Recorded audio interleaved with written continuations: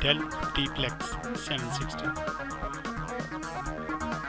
1 और 3 light blink करती है। जब हम ऑन करने की कोशिश करते हैं तो 1 और 3 लाइट ब्लिंकिंग करती है।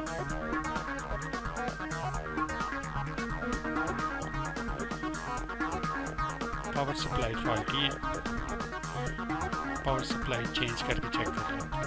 ये 3 स्क्रूज हैं इसके।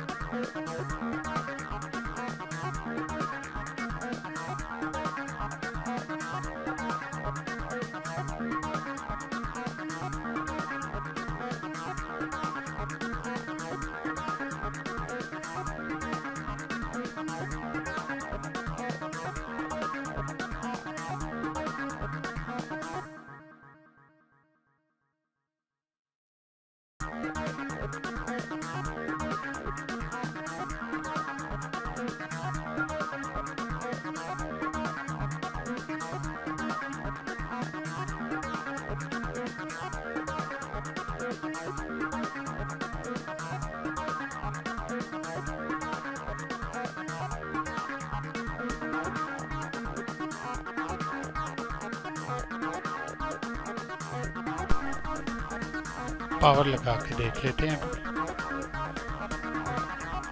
अगर तो ग्रीन लाइट ऑन होगी तो इसका मतलब सिस्टम ठीक हो गया। पावर सप्लाई का फॉल्ट था वो चेंज कर दिए, इंशाल्लाह ये ठीक हो गया, सिस्टम चल रहा है बिल्कुल ओके। Thanks for watching.